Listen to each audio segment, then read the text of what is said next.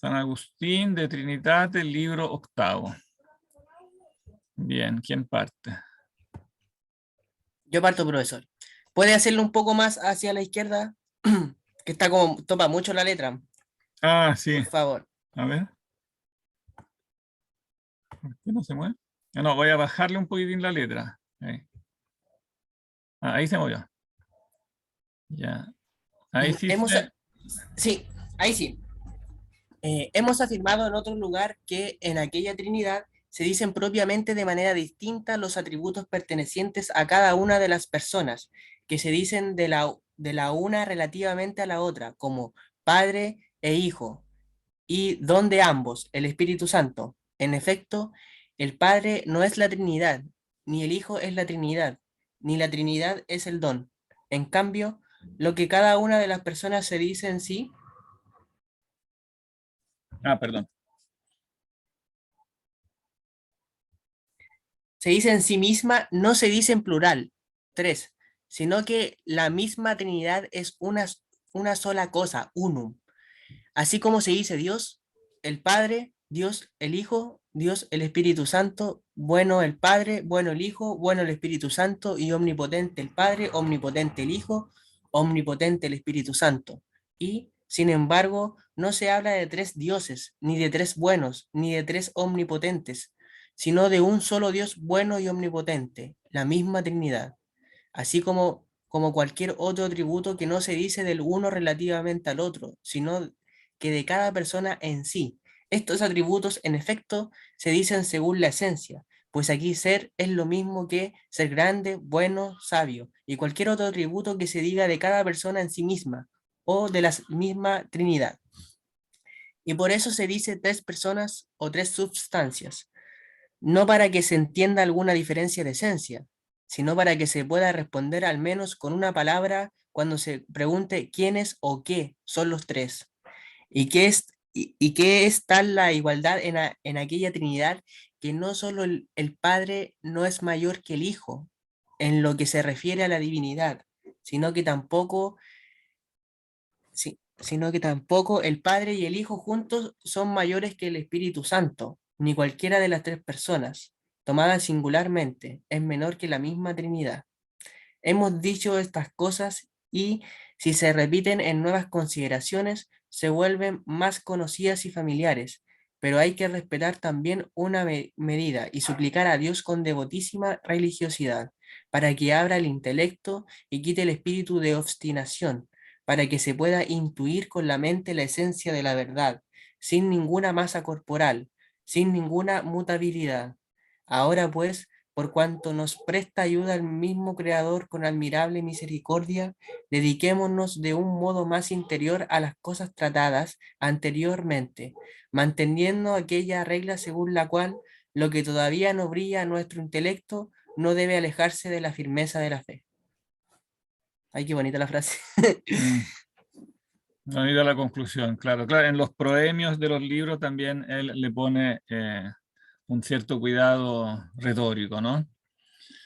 Dediquémonos de un modo más interior a las cosas tratadas anteriormente. Claro, aquí de un modo más interior también involucra entonces lo que está, la dimensión antropológica, no lo que está en la interioridad del hombre, de un modo más anterior, manteniendo aquella regla, la regla fundamental, ¿no? Lo que todavía no brilla a nuestro intelecto no debe alejarse de la firmeza de la fe. O sea, hay un conocimiento previo que es mediante la fe, ¿no? Y después hay que investigar con el intelecto. Sigamos nomás, porque todo esto es resumen de lo que ya vimos en el libro quinto y sexto, ¿no? ¿Quieres seguir o quieres que alguien te No, revise? continúa, profesor. Ya. Decimos, en efecto, que en esta Trinidad dos o tres personas no son algo mayor que una sola de ellas. Esto no lo comprende la costumbre corpórea, no por otro motivo, sino porque ésta percibe como puede las cosas verdaderas que han sido creadas. En cambio, la verdad misma por la cual han sido creadas no la puede ver. Pues, si pudiera, esta luz corpórea no podría de ninguna manera ser más evidente que esto otro que mencionamos. Por cierto, en la sustancia de la verdad, dado que ella sola es verdaderamente, dado que ella sola es verdaderamente, no existe alguna cosa mayor, sino la que es más verdaderamente. Pues entre aquellas realidades que son inteligibles e inmutables, no hay una que sea más verdadera que otra, porque son igual e inmutablemente eternas. Y lo que aquí se llama grande no lo es por otro motivo, sino porque verdaderamente es. Por tanto, donde la grandeza es la misma verdad, es necesario que lo que posee mayor grandeza también posea mayor verdad, por lo cual lo que no posee mayor verdad tampoco posee mayor grandeza. Por cierto, todo lo que tiene mayor verdad es más verdadero, así como lo que tiene mayor grandeza es más grande. Aquí, por lo tanto, es mayor lo que es más verdadero, pero el Padre y el Hijo juntos no son más verdaderos que el Padre y el Hijo tomados singularmente. Por lo tanto, no son algo mayor dos juntos que cada uno tomado singularmente. Y como igualmente el Espíritu Santo es también verdaderamente, tampoco el Padre y el Hijo juntos son algo mayor que Él, así como no son una realidad más verdadera. También el Padre y el Espíritu Santo juntos, dado que no superan al Hijo en cuanto a verdad, no son más verdaderamente ni lo superan en grandeza. Y así el Hijo y el Espíritu Santo juntos son algo tan grande como como el solo Padre, como el solo Padre, porque son igual de verdaderos. Así, la misma Trinidad es algo tan grande como cada una de sus personas, pues no es mayor lo que no es más verdadero, allí donde la misma verdad es la grandeza, dado que en la esencia de la verdad el ser verdadero es lo mismo que el ser, y el ser es lo mismo que el ser grande. El ser grande, por lo tanto, es lo mismo que el ser verdadero, pero eso, lo que allí es igualmente verdadero, es necesario que sea también igualmente grande. Sí, bien, también todo esto es resumen de lo que ya había dicho, ¿no? Se trata de realidades inteligibles, ¿no? La esencia de la verdad, por lo tanto, no se suman la grandeza no es cuantitativa, no es cantidad física, ¿no? Es una grandeza cualitativa, la grandeza de la verdad.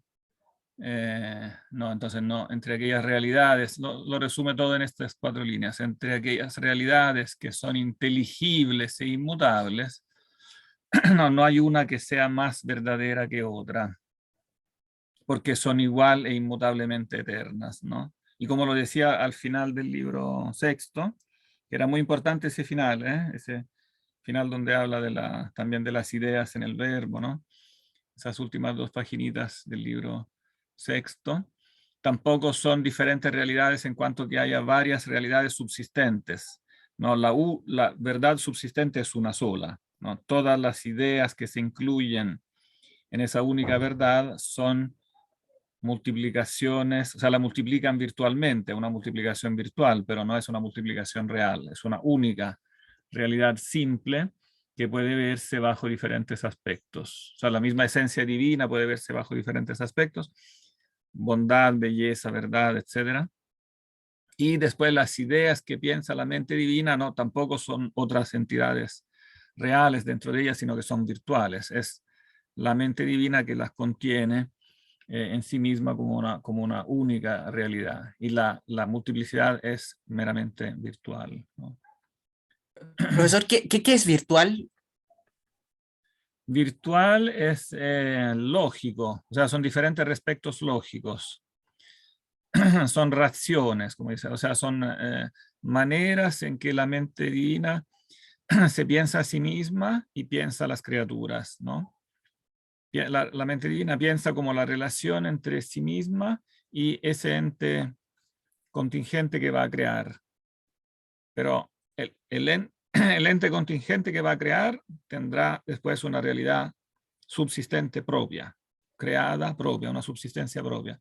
Pero la idea de eso, perdón, se me fueron.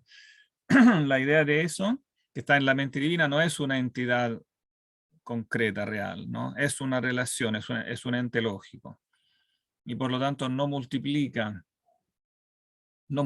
la esencia divina en sí misma, ¿no? El hecho de que tenga muchas ideas no afecta a la simplicidad de la mente divina. Eso es lo que explica sintéticamente, pero bien, Santo Tomás en la cuestión 15, ¿no? Sobre la cuestión si hay muchas ideas y si estas ideas afectan la simplicidad, la unidad divina.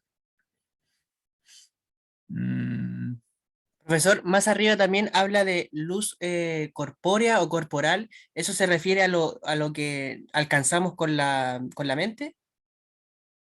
no, luz corpórea se refiere a la luz física.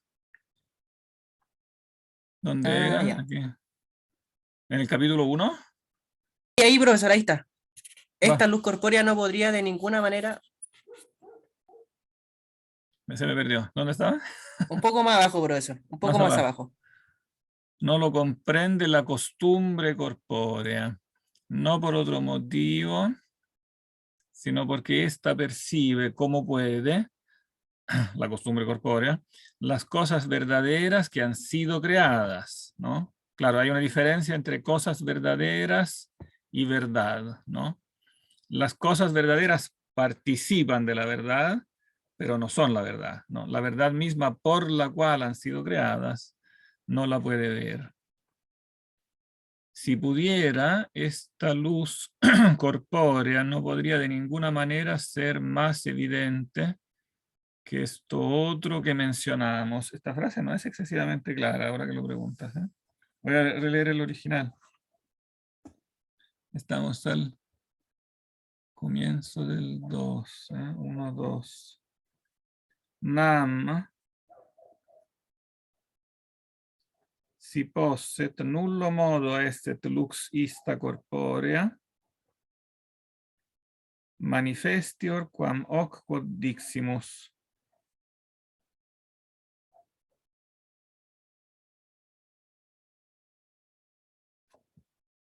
No estoy seguro de la traducción. ¿Cómo traduce la BAC? ¿Tienen a mano la BAC?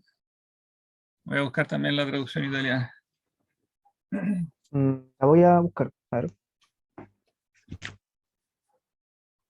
Porque yo, profesor, yo pensé cuando habla de luz corpórea, yo pensé que es como que hacía como un guiño a la transfiguración, como los apóstoles pudieron ver la luz incorpórea con los ojos físicos.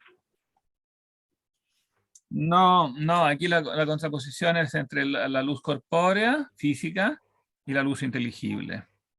Claro, no está hablando de la luz como sobrenatural o de una epifanía. No, está hablando de esta contraposición que él siempre la menciona. La traducción italiana traduce igual que yo, pero no me convence. ¿Cómo dice la BAC? Eso estoy. em, ¿Qué punto es? El punto 3, ¿cierto? No, punto 2. Punto 2. A ver, O sea, dicen. capítulo 1, Luz punto 2. corporal. Luz corporal. ¿Ah? Luz corporal, dice. Pero toda la Dice. frase, Más la verdad misma, causa eficiente de la creación, no es capaz de comprenderla, pues, si esto pudiera, nuestra afirmación sería para el más clara que esta luz corporal. En esencia de la verdad, la única que es ser mayor equivale a ser más verdadero. pero no, Eh, un poquito más arriba de nuevo. Lee del comienzo del 2. ya, dice, decimos pues que en esta Trinidad dos o tres personas no son más que una de ellas, acerto inteligible para nuestra experiencia carnal, que solo comprende como puede las verdades creadas, más la verdad misma, causa Las eficiente de la verdades creación. creadas. Sí, Eso sí que es un error grave. claro, Las sí, verdades creadas, no. Son las cosas verdaderas que han sido creadas, que es muy diferente a claro, las verdades, porque precisamente él contrapone verdades a cosas. Las verdades claro. están todas en la mente y son increadas. En cambio, las cosas verdaderas son creadas, ¿no? Entonces percibe cómo puede las cosas verdaderas, vera, neutro plural, vera, vera qui creata sunt, sentitus Sí, potest, claro. veritate maute ipsam, la verdad misma. ¿Cómo sigue? Latino, En el castellano. allá dice que solo comprende como puede las verdades creadas, más la verdad misma, causa eficiente de la creación, no es capaz de comprenderla, pues, si esto pudiera, nuestra afirmación sería para No, él más no, ves que clara. está totalmente equivocada. Cuando traduce cosas, ves porque es peligrosa la traducción porque no te inventa cosas. No, Claro, claro, porque intueri significa ver, ¿no? La verdad misma por la cual han sido creadas, bueno, él le pone causa eficiente, que no es necesario, pero digamos, el concepto no cambia, pero no entiendo por qué tienen que cambiar palabras cuando no es necesario. Digamos, la verdad misma por la cual han sido creadas, no la puede ver, no la puede entender. claro, nos acaba, Sí. claro. Pues si pudiera, nam si posset, ¿cómo sigue? Pues, si esto pudiera, nuestra afirmación sería para él más clara que esta luz corporal. Nuestra afirmación sería más clara. Sería para él más clara que esta luz corporal. Para él, Sí, para él también lo inventó, porque no lo veo en el texto. Nam si posset, en efecto, si pudiera. Nullo modo esset lux ista corporea.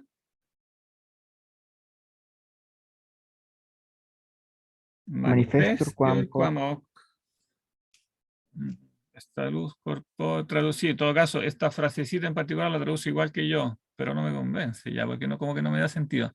Esta luz corpórea no podría de ninguna manera ser más evidente que esto otro que mencionamos. Esto otro sería la luz incorpórea. en el texto de Arias, o se refiere acá en el que está traduciendo usted. O sea, no, digo en el texto original, se refiere este hoc quod diximus, nam si posset, nullo modo esset lux ista corporea manifestior quam hoc quod diximus. Sería literalmente, si pudiera, de ningún modo sería esta luz corpórea más evidente, más manifiesta que esto otro que dijimos. ¿Y qué es esto otro que dijimos? ¿La luz incorpórea o la verdad incorpórea? Yo creo que sí, ¿o no? Mm.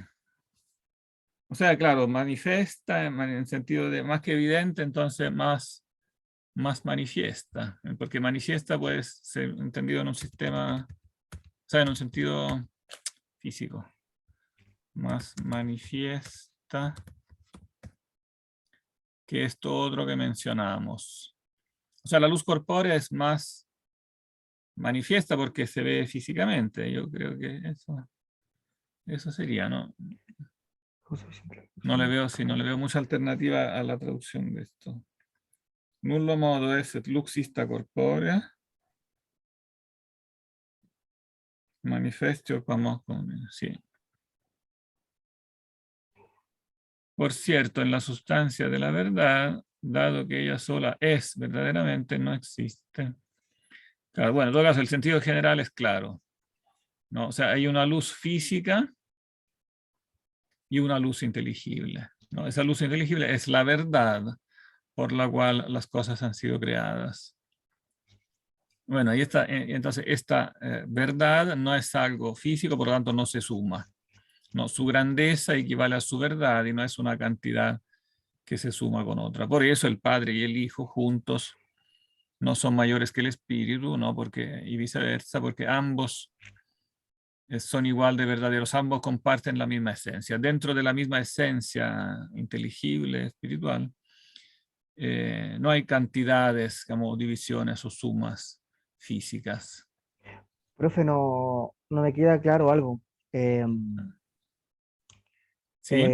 Estoy como tratando como de entender por qué Arias traduce verdades creadas a partir de lo que dice anterior. O sea, que dice que hay como una luz inteligible que hace posible como nuestra experiencia carnal, mundana, ¿Sí? eh, y que solo ella comprende como estas verdades creadas. Yo como tratando de justificar lo que él intenta decir es que es como estas verdades como de tipo lógico, o sea, que uno más uno siempre va a ser dos, eh, no sé Es qué, que eso, es que como eso no es, verdades más. es que eso no es una cosa creada. Ese es el punto. Ya, ya, Claro, por eso es claro, contradictorio. Lo que yo digo es que es contradictorio hablar de verdades creadas, claro, porque las verdades como verdades no son creadas.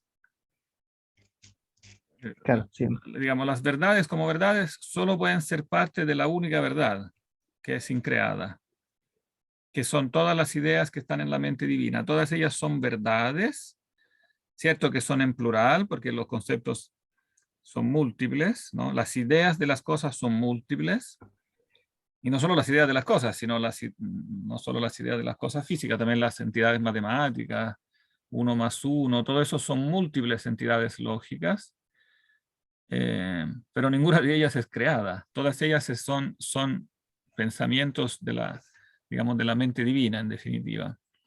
Que en cuanto claro, nosotros los pensamos, también podemos participar de ese pensamiento, ¿no? Pero nosotros sí somos criaturas, pero con el pensamiento percibimos estas cosas que son increadas. Y el hecho de que sean increadas se demuestra porque son inmutables, precisamente por eso, porque claro. uno más uno siempre es uno, independientemente, o sea, siempre, siempre es ¿Qué dos, pasó? independientemente que exista una papa y una cebolla, ¿no? O sea, las papas y las cebollas cambian y son temporales, pero la verdad que uno más uno son dos, eso no cambia, aunque desaparecieran todas las cebollas, todos los planetas, etcétera. Claro, sí, bueno, ahí me quedas claro, sí, fue un error por eso. Mm. Sí, ahora, yendo más al fondo del error, no, tampoco es un error individual de Arias, porque yo creo que esta ambigüedad de hablar de verdades creadas también se dio en algunas páginas de la escolástica. Los Ya, escolásticos hablaron de verdades creadas, queriendo hablar de las verdades que percibe la mente humana creada. Pero el problema es que de esa forma introdujeron una confusión, porque no son las verdades que son creadas. Así, digamos, siempre hay que distinguir el sujeto del objeto, lo subjetivo del objetivo, como enseña el maestro Rosmini. Eh, claro, entonces, si yo digo verdades creadas, introduzco una confusión, porque ¿qué es creado en realidad? Claro, la facultad humana es creada, porque el hombre es creado, pero la facultad se sirve de un concepto, como de una luz inteligible que es una idea. Y esa luz o idea, no, ella no es creada, porque si fuera creada, no podría ser el metro de juicio de las otras cosas. Si no fuera un punto fijo, eterno, estable, no podría ser metro de lo que cambia, no podría ser como punto de referencia. ¿No? Sería a su vez algo que cambia con las cosas, y eso es contradictorio, ¿no? claro, sí, Eso lo explica muy bien Platón en el Teeteto. Cuando sí, hablan lo del voy a, cambio, hay una página, no me acuerdo ahora el numerito, pero una página bonita donde él habla del cambio, y entonces en un momento dado Sócrates le dice, bueno, pero ¿y la idea del cambio, ella cambia? Le pregunta. Si, digamos, si cambia la idea del cambio, ¿cómo podríamos hablar de cambio? Porque si esa idea cambiara claro, continuamente, entonces no habría idea de cambio, por lo tanto tampoco cambio, porque si no hay idea de cambio, tampoco puede haber cambio como tal. Y entonces, precisamente el cambio necesita una idea de cambio, pero que sea estable, ella misma, ¿no? Mm, claro. bien. Esa es una paginita del teteto que habría que... Profe, en el tedeto igual nos podría servir para hacer el ensayo, ¿no? Sí, sin duda. Sí, sí, el teteto es uno de los diálogos más importantes sobre este tema bueno, de las ideas en particular. A pesar que nunca nombra las ideas, nunca se menciona esta palabra, pero todo gira en torno a eso, es muy interesante. Mm, bien, aquí entonces nos podemos saltar ya, todo esto ya lo resumimos. Sigamos con el 3 entonces. Em, ¿Quién se Creo que no anota? sé si yo puedo seguir. Ya, perfecto. Dice, en cambio, en los cuerpos puede ocurrir que este y aquel objeto de oro sean igualmente verdaderos. pero este sea más grande que aquel, pues aquí la grandeza no es lo mismo que la verdad, y para él una cosa es ser oro, otra cosa es ser grande. Así también en la naturaleza del alma, esto no se dice verdadera en base al mismo criterio según el que se dice grande. En efecto, también el que no es magnánimo tiene una verdadera alma, dado que la esencia del cuerpo y del alma no es la misma esencia de la verdad, como lo es la Trinidad, el único Dios, solo, grande, verdadero, veraz, la verdad. Si intentamos pensarlo, por cuanto Él lo permite y lo dona, no debemos concebir ningún contacto o abrazo por espacios físicos, ninguna conjunción de articulaciones, tal como cuenta la fábula de Gerión, el monstruo de tres cuerpos. En cambio, todo lo que se nos pueda ocurrir que sea mayor en los tres que en cada uno y menor en uno solo que en dos, debemos descartarlo sin ninguna duda. De este modo, en efecto, se descarta todo lo corpóreo. En las realidades espirituales, en cambio, todo lo que se nos presente como mudable no debe ser considerado Dios. En efecto, no es pequeño conocimiento. Cuando desde nuestra profunda pequeñez respiramos el aire de aquella altura, cuando antes de poder saber qué es Dios, ya podemos saber lo que no es. Pues no es ciertamente tierra, ni cielo, ni tampoco algo parecido a la tierra y al cielo, ni algo parecido a lo que vemos en el cielo, ni algo que no vemos y quizás esté en el cielo. Y tampoco si aumentaras con la imaginación del pensamiento la luz del sol, todo lo que puedas, tanto en grandeza como en intensidad. Miles de veces o incluso indefinidamente, ni siquiera eso sería Dios. Ni si pensáramos en los ángeles, puros espíritus que animan los cuerpos celestes, que dirigen sus mutaciones según la voluntad de Dios, a la que sirve, ni siquiera si todos, que son miles de millares, reunidos en una sola realidad fueran un solo ser. Dios tampoco sería nada parecido. Lo mismo ocurriría si pensaras en los mismos espíritus y los cuerpos, cosa extremadamente difícil para nuestro pensamiento carnal. He aquí, mira, si puedes, oh alma apesumbrada por el cuerpo que se corrompe y grabada por los múltiples y varios pensamientos terrenales, he aquí, mira si puedes. Dios es la verdad. Esto en efecto está escrito, porque Dios es luz, no como la que ven estos ojos, sino como la que ve el corazón cuando escucha, así el Dios es la verdad. No preguntes qué es la verdad, pues inmediatamente te saldrán al paso las neblinas de las imágenes corpóreas y las nubes de las representaciones de la fantasía, y perturbarán la serenidad que al primer fulgor brilló en ti cuando dije verdad. Aquí, en el mismo fulgor primero que te sobrecoge con su brillo cuando se pronuncia esta palabra, verdad, detente si puedes, pero no puedes. Vuelves a refalar en estas realidades acostumbradas y eternales. ¿Por cuál peso refalas, pregunto, sino por el pegamento de la pasión de las impurezas que has contraído? Así, esta parte interesante, ¿no?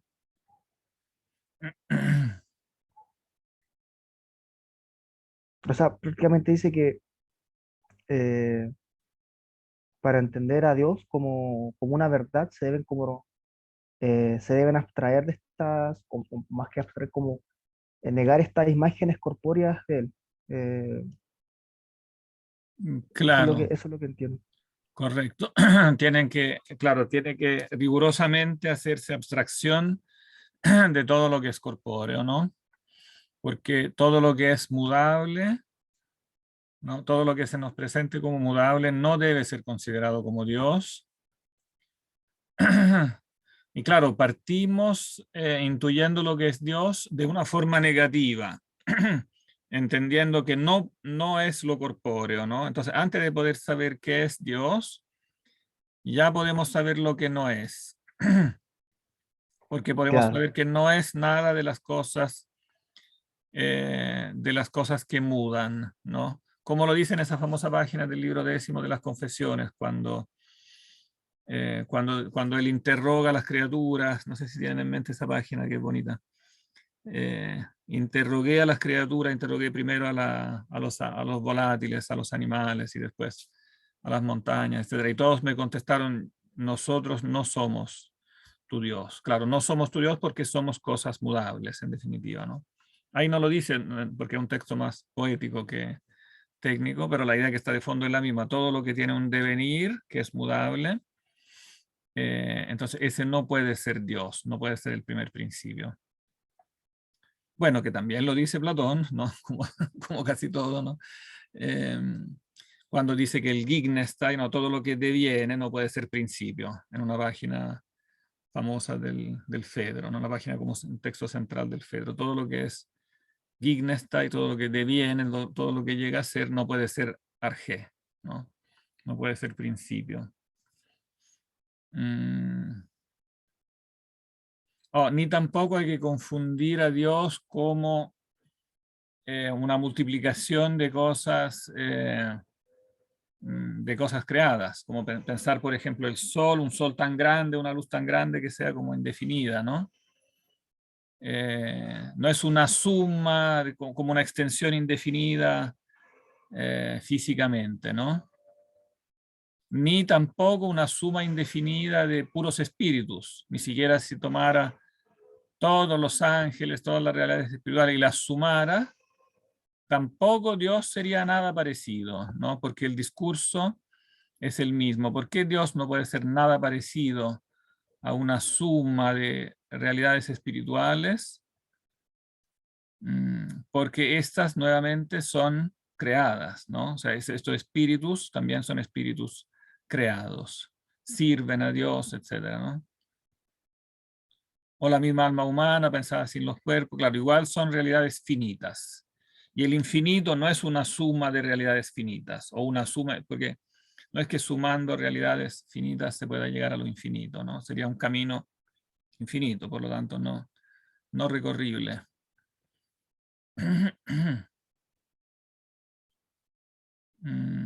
Por lo tanto, hay algo en el hombre que nos permite intuirlo, o sea, tenemos algo que va más allá del cuerpo corruptible, algo en el alma, ¿no? Que nos permite intuir, ¿no? Esta luz inteligible. Pero claro, es interesante este mecanismo, como esta descripción un poco también poética. O sea, cuando tú miras este como punto unitario que es esta luz inteligible, no es fácil detener la mirada en esto porque inmediatamente el pensamiento, la costumbre corpórea, no, me sale al paso con las neblinas de las imágenes corpóreas. Entonces hay una continua como tentación de sobreponer al concepto puro que está en la mente, de lo inteligible, de la verdad simple y pura. Siempre está la continua, continua, diríamos, tentación, ¿no? De nublar este concepto puro con las imágenes corpóreas, ¿no? De las representaciones que vienen de la fantasía, o sea, de la imaginación de las cosas corpóreas. Pero, claro, si yo hago abstracción de eso, ¿no? En el mismo fulgor primero que te sobrecoge con su brillo cuando se pronuncia esta palabra, detente si puedes, ¿no? Detente en eso. Pero hay algo que nos impide, de algún modo, ¿no? Nuestra condición mortal nos impide en realidad detener la mirada en eso. O sea, es como un concepto que sí sabemos que tenemos, pero no podemos como detener la mirada en eso porque enseguida resbalamos, ¿no? por la condición mortal en estas realidades acostumbradas y terrenales.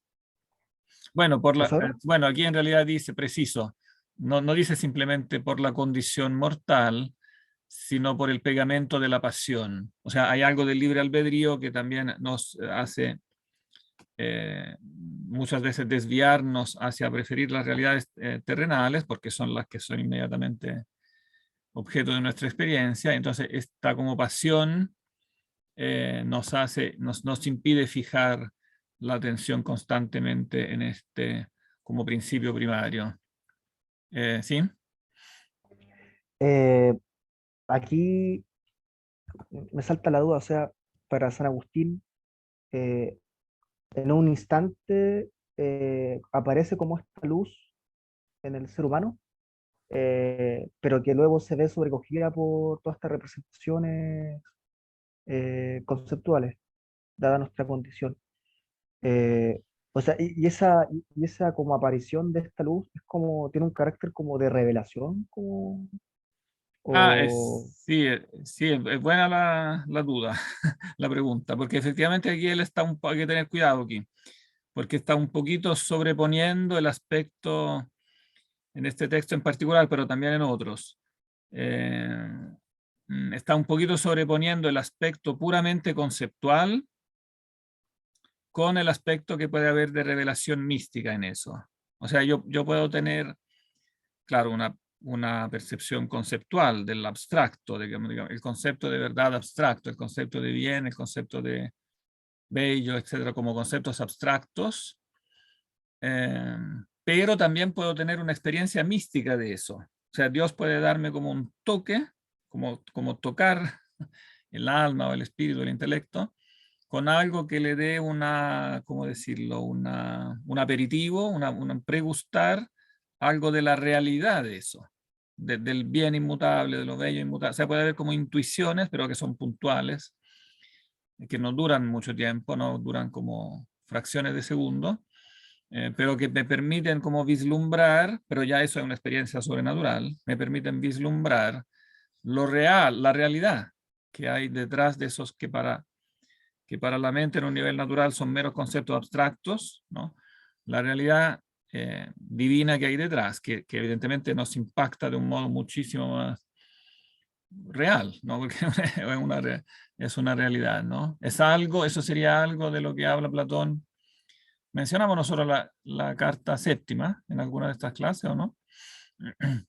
creo que no, ¿No? no, Porque aquí vendría bien citar eso.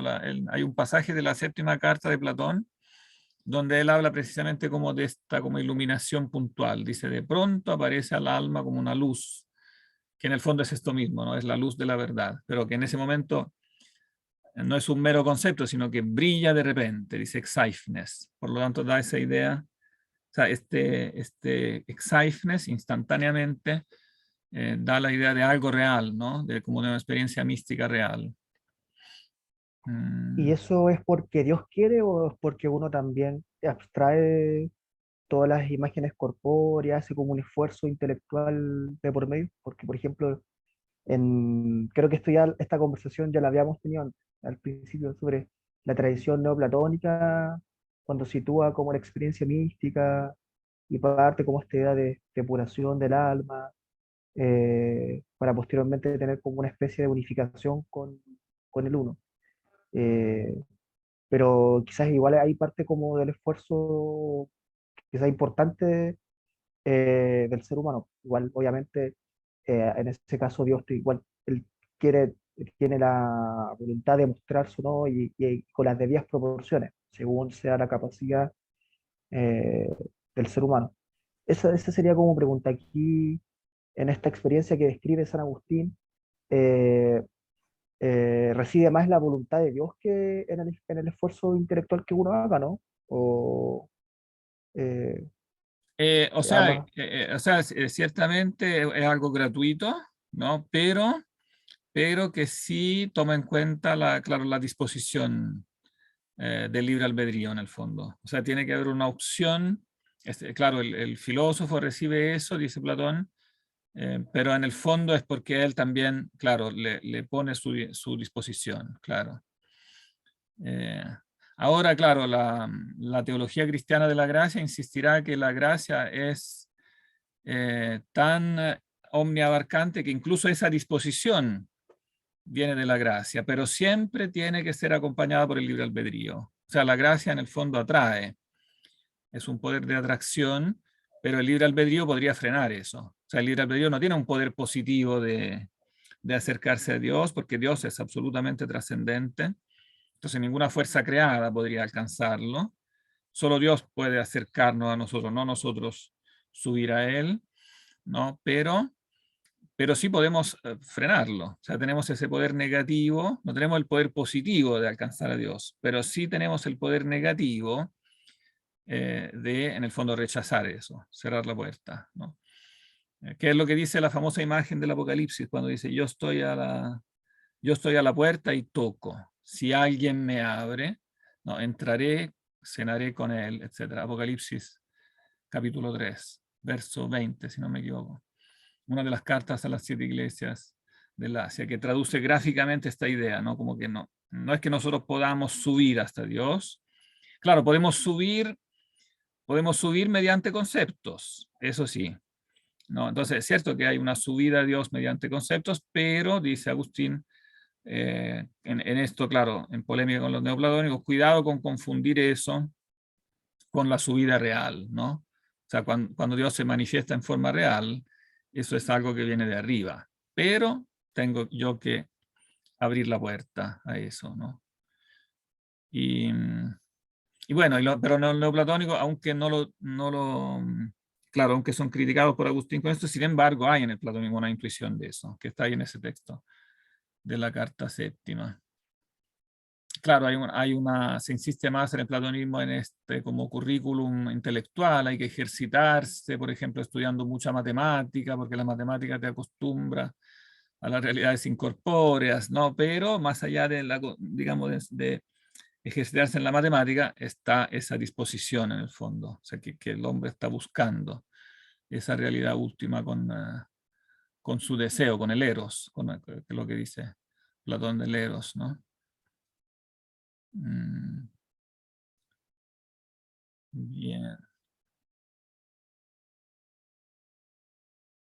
Bueno, eso que esté sobreponiendo aquí como esta búsqueda, este brillo como conceptual y este brillo espiritual, lo confirma esta referencia al pegamento de la pasión de las impurezas. O sea, yo puedo oscurecer como esta iluminación si estoy apegado, ¿no?, a las realidades inferiores, a las realidades creadas. Yo diría que recién de viejo, en los últimos libros del de Trinidad, porque el de Trinidad él lo escribió a lo largo de muchos años, ¿no? Dice al comienzo, lo empecé de joven y lo terminé de viejo. En los últimos libros del de Trinidad, recién él aclarará con mucha decisión esta diferencia entre el ascenso natural y el ascenso sobrenatural. En los textos anteriores, hasta el libro, yo diría 12, porque después en el libro 12, porque él interrumpirá la redacción de Trinidad. Cuando lo retoma de más viejo, ya se da cuenta que tiene que distinguir con más claridad lo que es el ascenso por conceptos, ¿no?, y el del ascenso místico propiamente tal. Por eso, cuando no se toma en cuenta esa como dimensión cronológica, que él fue madurando esto, en muchos manuales y libros sobre Agustín, se terminan tratando todos los textos de Agustín como si fueran en un mismo plano, como si fueran parte de un mismo manual, y entonces por eso da lugar a tesis opuestas. Algunos dicen, no, es que él confunde el conocimiento místico con el natural, y otros dicen, no, es que él lo distingue. Claro, ambas cosas son verdades. Lo que hay que hacer es seguirle el desarrollo cronológico. Cosa que en el caso del de Trinidad no es difícil, porque él mismo avisa. Lo empecé de joven, lo terminé de viejo. Más claro que eso.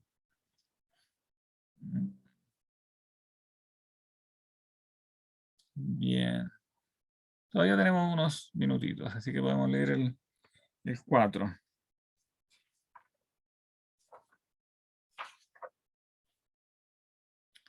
¿Quiere leer? ¿A quién le tocaba leer?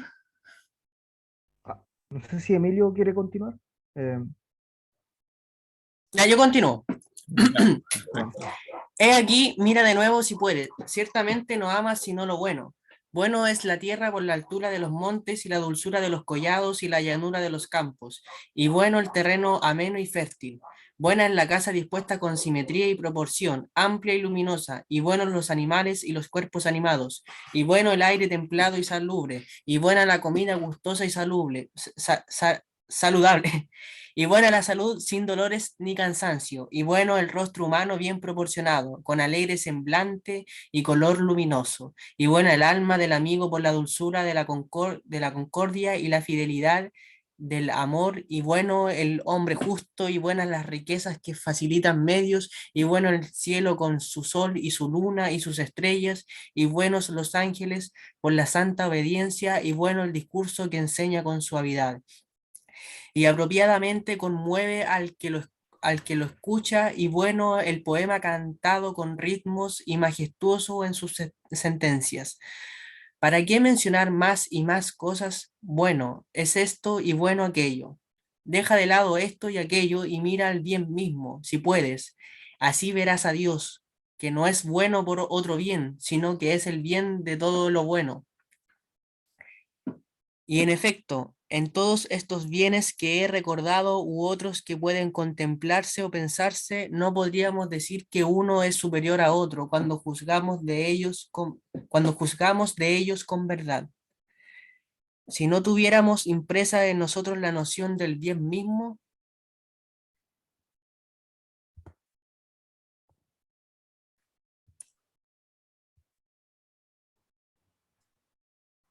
según la cual apreciar o preferir algo.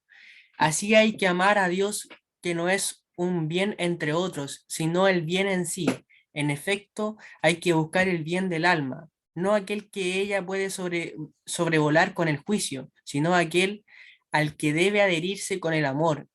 ¿Y qué es esto sino Dios? No un alma buena, ni un ángel bueno, ni un cielo bueno, sino lo bueno bueno. Quizás se comprenderá más fácilmente lo que quiero decir del modo siguiente. Por ejemplo, cuando escucho que un alma es llamada buena, así como son dos palabras, también por aquellas palabras entiendo dos cosas. La una por la cual es alma, la otra por la cual es buena. Y por cierto, para que fuese alma, ella misma no hizo nada, pues ella todavía nada era para hacer que ella misma existiese. En cambio, para que sea un alma buena, veo que debe actuar con la voluntad, no porque aquello por lo cual es alma, no porque aquello por lo cual es alma no sea algo bueno, ya que, profesor, ¿no será esa alma ahí o no? ¿O está bien? ¿Cómo? Es que suena raro y no porque aquello por lo cual es alma no sea algo bueno, ¿no será esa alma o no? No porque aquello por lo cual es alma Ah, no, no, no yo estoy mal, sea pues. algo bueno. O Estoy sea, leyendo claro, mal ella yo. tiene una bondad natural, el alma, una bondad creada. Pero cuando yo digo un alma buena, claro, él lo que está diciendo es que es una expresión equívoca si la analizamos metafísicamente, porque el alma es buena por creación, no es buena porque Dios la hizo buena. Pero cuando nosotros decimos un alma buena, eso lo sobreentendemos que es buena por naturaleza. Y lo que le agregamos con ese buena es buena en un nivel superior, porque ella ama el bien y por lo tanto se porta bien en un nivel ético, no meramente en un nivel por lo que ella es, sino por cómo se porta, digamos. Continúo. Mm. Ya que, si no, ¿por qué se afirmaría con mucha razón que es mejor que el cuerpo, sino que el alma no se dice todavía buena, por el hecho de que todavía le falta la acción de la voluntad para que sea mejor?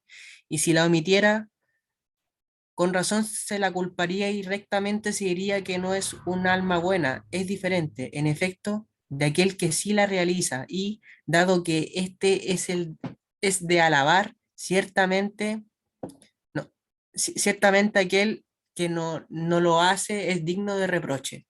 Cuando en cambio hace eso con empeño y llega a ser un alma buena, no puede conseguirlo, si no se convierte a algo que él mismo no es. ¿Y a qué se convierte para ser un alma buena sino el bien cuando lo ama, lo desea y lo consigue?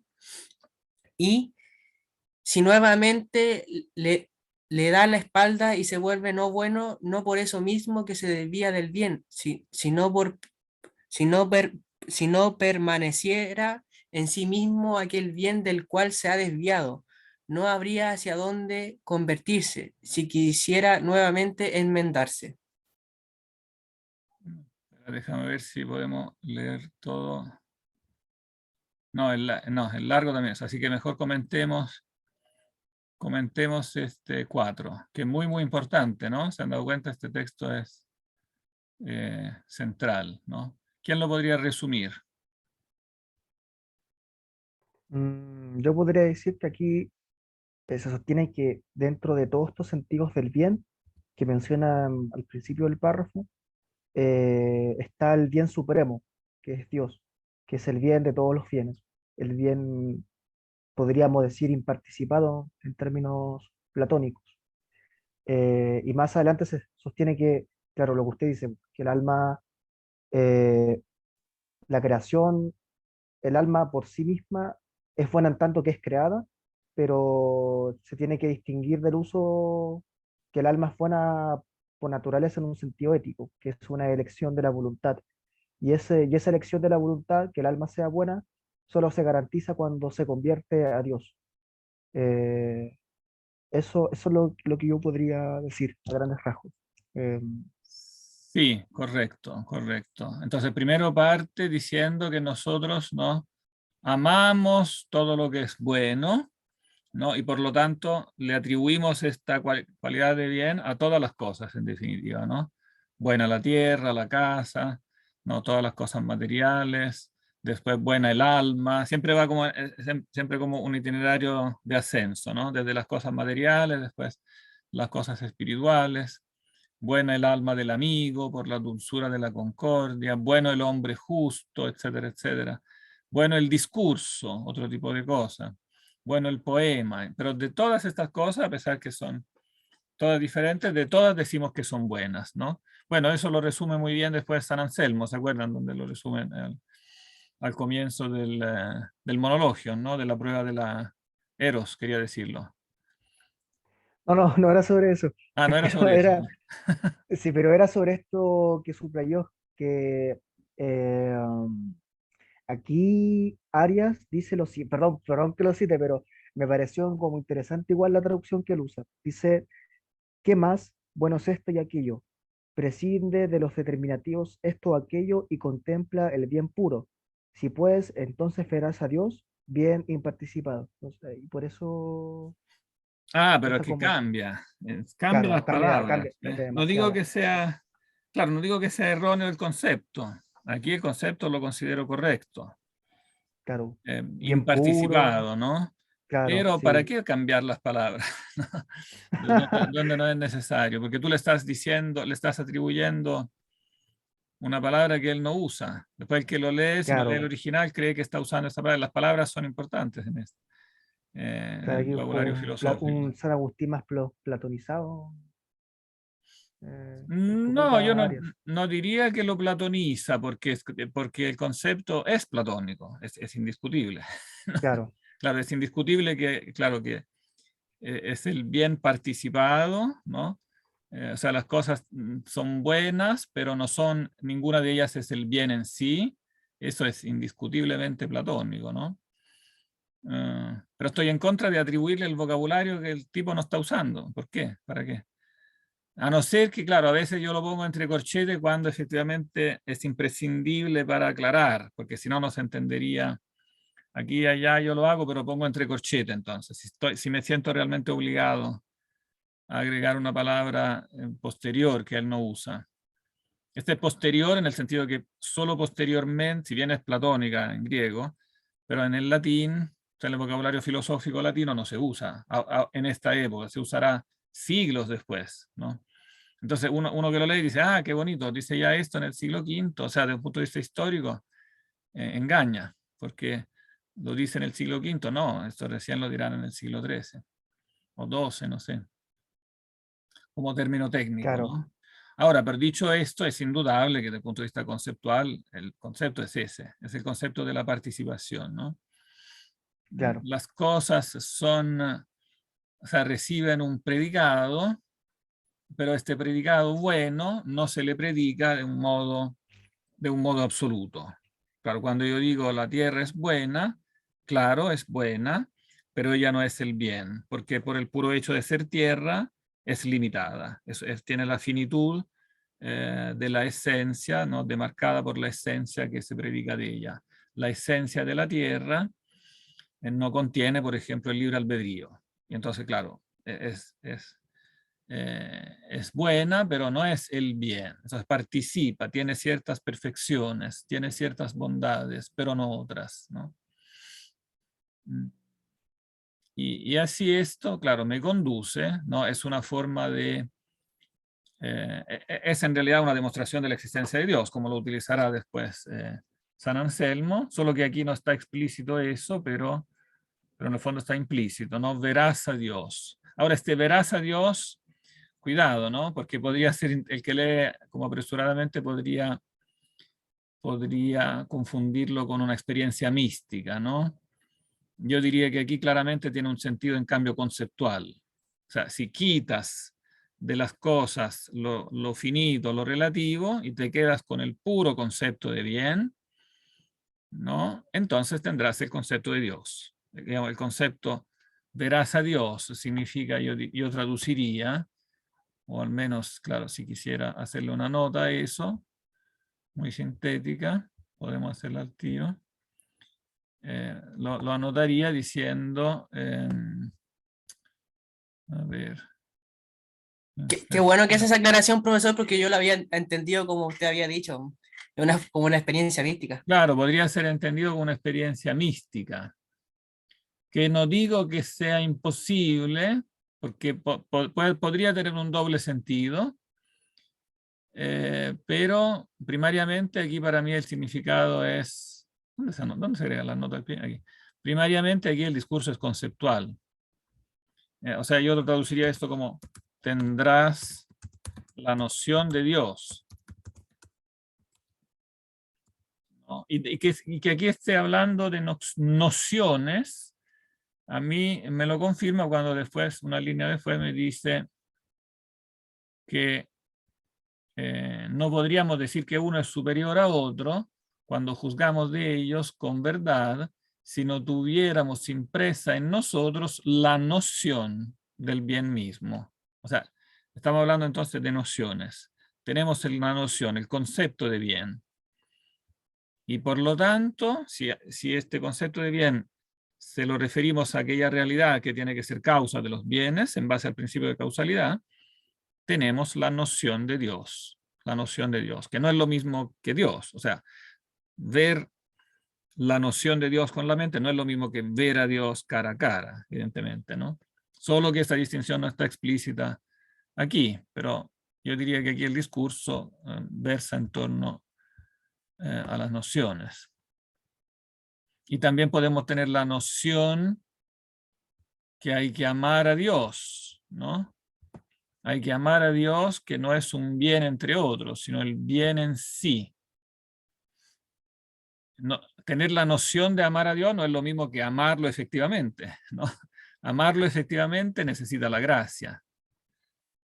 Pero tener la noción se puede tener en un nivel natural. O sea, yo puedo tener la noción de que hay que amar a Dios, porque como Él es el bien absoluto, yo puedo tener en la mente esa noción de bien absoluto y deducir con lógica que entonces hay que amarlo absolutamente, porque Él es el bien absoluto.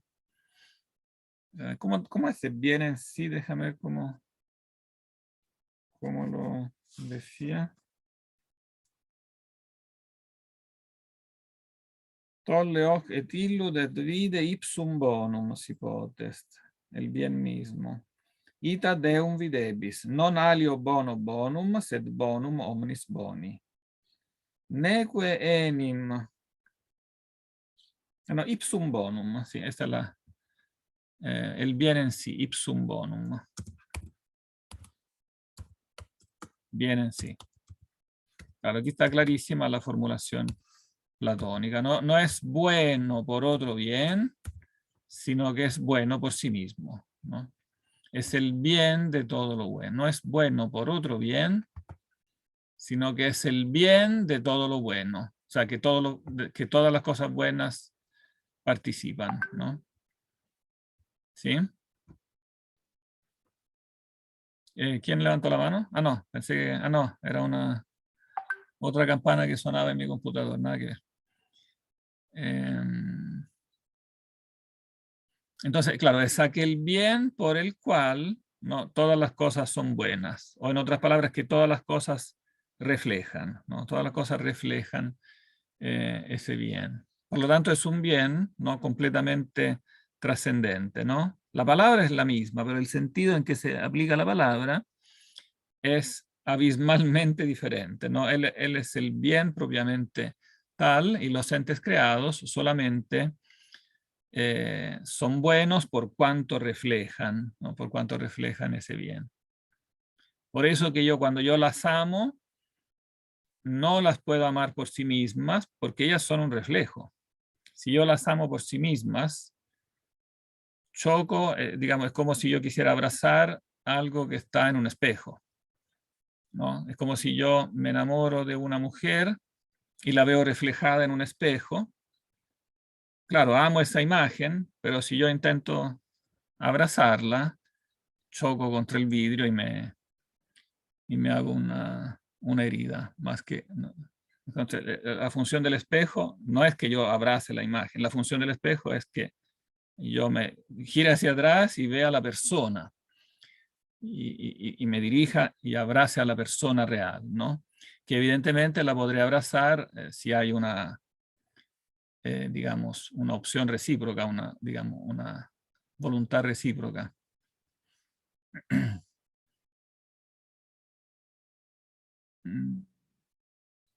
Bien. Entonces, es importante esto aquí desde el punto de vista de la famosa noción innata, ¿no? La noción innata. Tenemos impresa en nosotros, ¿no? La noción del bien mismo. La tenemos, en otras palabras, innata, impresa, ¿no? La misma palabra después que utilizará, ¿se acuerdan que la utiliza Tomás de Aquino en esa cuestión de la suma teológica cuando habla cuando habla de la iluminación en la cuestión 84? Cuando dice, si conocemos las cosas en las verdades eternas, ¿no? Donde ella explica que no conocemos en directo las verdades eternas, ¿no? No vemos directamente las verdades eternas, pero sí vemos en nosotros esa noción primaria que es impresión de la verdad eterna. O sea, vemos en nosotros, él dice ahí, los primeros principios que no son otra cosa que la impresión de la verdad eterna. Y por eso conocemos en la verdad eterna, ¿no?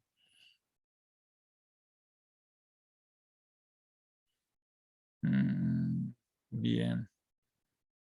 ¿Cómo traduce Arias esto de lo bueno, bueno? Porque esa es una de las típicas cosas que son trampas al traducir. A ver, no es buena el alma, ni el ángel, ni el cielo, solo el bien es bueno. Solo el bien es bueno. No, no, gramaticalmente no es así.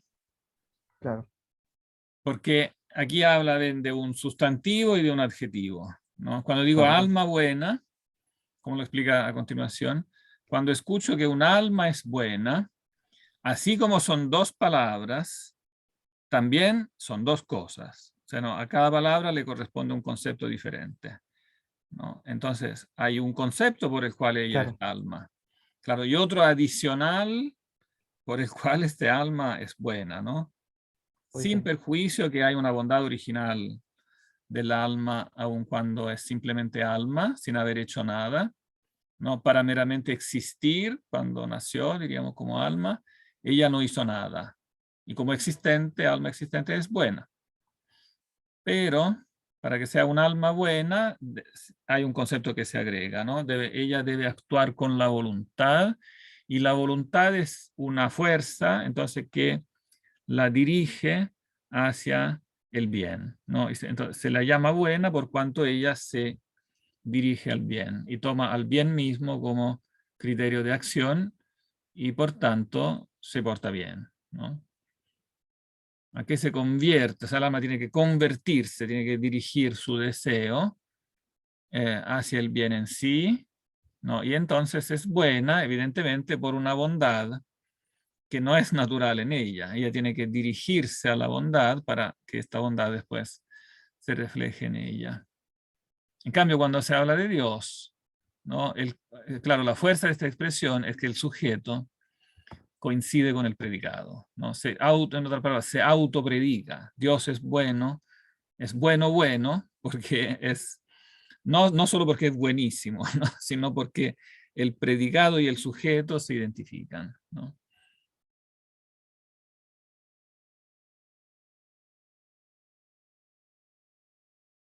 Bien. No sé si ya nos pasamos un poquito de la hora, pero también empezamos un poquito después. No sé si hay alguna otra Mañana, inquietud. mañana traduciríamos, ¿o no? Ah, buena pregunta. Díganme ustedes, ¿quieren traducir o prefieren seguir o sea, en realidad que nos queda poco del libro 10, ¿eh? Podríamos terminar, pues, si ya nos queda como en dos Sí, nos páginas, queda parece, poco. una parte. Terminémoslo, Lili, porque sí tenemos terminadas, faltan como 3 paginitas. Sí. Y el libro 8 quedaría para otro seminario. El libro 8 entonces quedaría después para la próxima semana, sí. Sí, hagamos eso entonces. Mañana traduzcamos lo que queda, o casi todo lo que queda si es que alcanzamos a terminar, o casi, del 10. Ok. Quedemos en eso. Perdón, el libro 7. El libro 7 el que quedó pendiente, porque no teníamos la traducción. Ah, ese que no tenemos la traducción, léanlo en la traducción de Arias nomás.